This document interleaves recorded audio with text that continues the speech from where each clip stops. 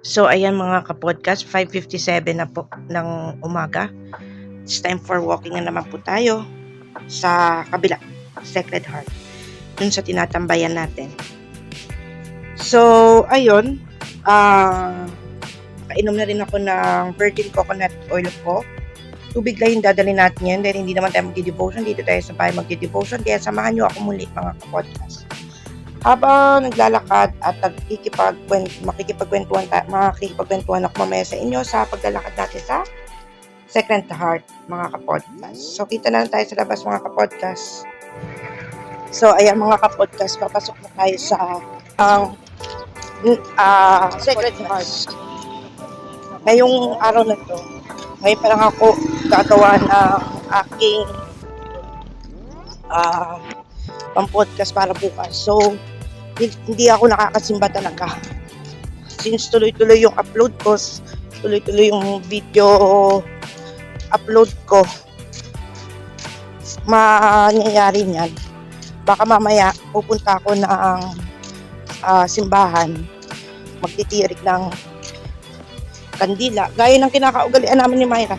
Kasi hindi naman ako nabuhay na nagsisimba talaga sa born again Christian. Although born again Christian ako, pero pinamuhay ako nila sa pananampalataya, pagtitiwala sa Panginoon ng ako talaga. Pero hindi ako Katolik. Naalala ko nga noon, may nagtanong sa akin, ano yung religion mo? Sabi ko, kung wala ka pang pwede kita schedule na ibabautismo ka sa sa Katoliko. Sabi ko nga sa kanila, sabi ko hindi, ayoko, baka magalit si Ate Myra. Tapos kinausap ko si Ate Myra, sabi niya sa akin, pinapayagan ka namin na sumama sa amin para sa pananampalataya, para ma-develop mo yung faith mo kay God, para ma-develop mo yung personal relationship mo sa Kanya. Hindi ko sinabi sa iyo na magbabautismo ka o magbalik ka sa Katoliko, kasi alam ko, pamilya mo, buong yan is Katolik. Sabi ko, oo. Sa kanya, oo naman, diba, Katoliko. May tito akong pare, may lola akong madre. Kaya nga, pero hindi yan yung gusto namin mangyari sa'yo. Ang gusto namin mangyari sa'yo is i-develop mo yung faith, yung trust, and belief mo kay God. Pero hindi ko sinabi na magpalagay ka ng puon dyan or something. Yun yung gusto kong goal sa'yo. Kasi, from time to time, nag-negative ka sa mga bagay na hindi naman ka negatibo. Yun yung sabi niya sa akin, mga kapodcast. Kaya nga, mas mainam na sabihin mo dyan sa nagpapaano sa'yo na hindi ka namin ini-encourage na yun sa gusto namin mangyari para sa'yo. So, yun yung sasabi na makisama ka lang sa amin. Pero wag mong gagawin ng culture and belief namin kung hindi ka komportable. Kaya wag ka magpapalagay ng rebulto sa bahay mo.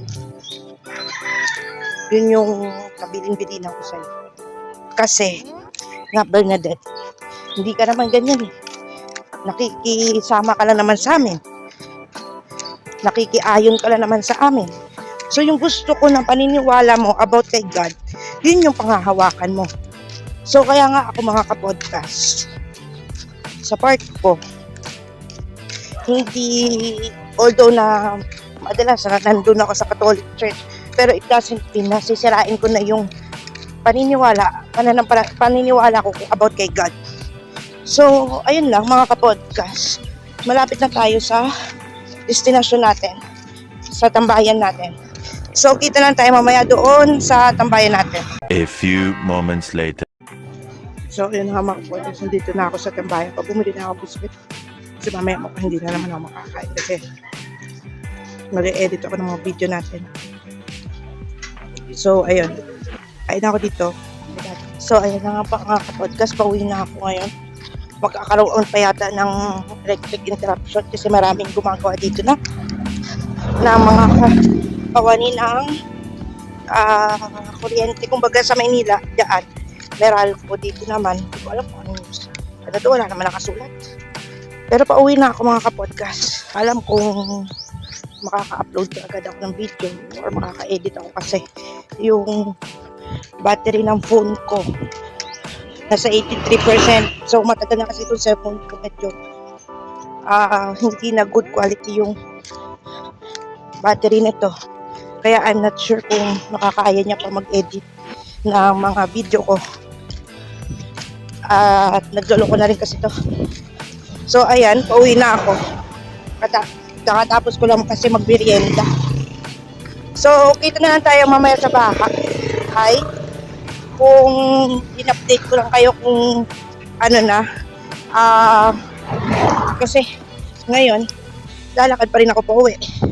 So hindi ko alam kung meron pa akong kulang kasi 1 hour, 1 hour 3. Kung meron pa akong kulang sa paglalakad, babawiin ko pa to. So mamaya na lang sa bahay tayo mga kapodcast. 2 hours later. So ayan mga kapodcast, kakatapos ko lang maligo. At hindi devotion naman tayo ngayon mga kapodcast. Alam niyo po kasi mga kapodcast, pagka doon ako sa kabila na nag-walking, dito sa bahay yung devotion natin.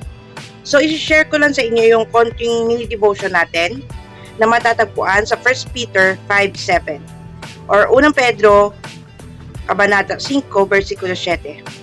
Pagkatiwala ninyo sa Kanya ang inyong mga alalahanin sa buhay sapagkat Siya ang nagmamalasakit sa inyo. So mga kapodcast, memorable sa akin yung verse na to kasi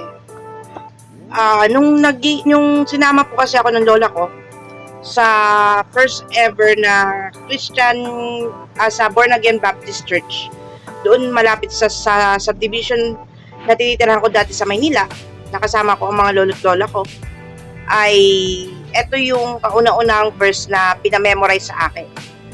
So, nung pumupunta po ako sa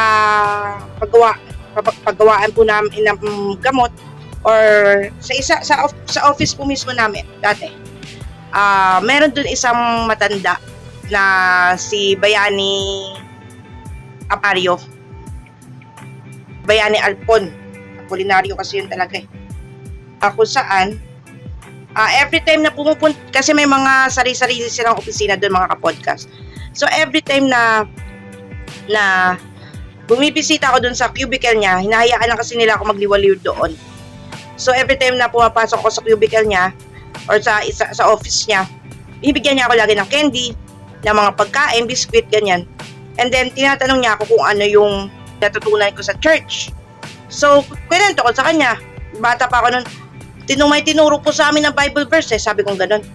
Sabi niya, anong Bible verse? So eto nga na-encounter ko, casting all your cares upon Him, for He cared for you.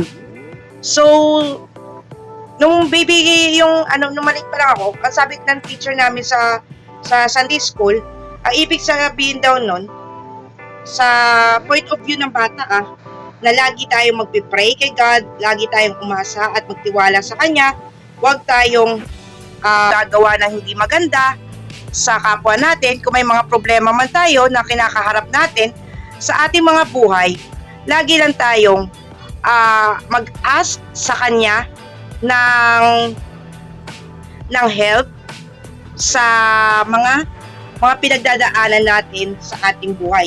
Yun po yung sinabi sa akin ng Sunday school teacher ko.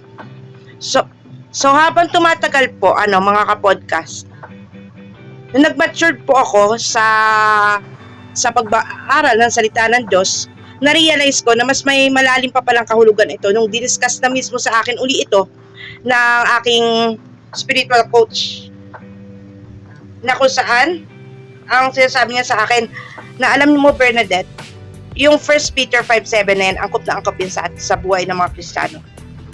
Kasi darating sa punto o yugto ng buhay natin, nagkakaroon tayo ng mga problema, mga alalahanin at saka mga pagsubok sa ating buhay na hindi naman natin maiiwasan na ma-down sa mga hamon na kinakaharap natin.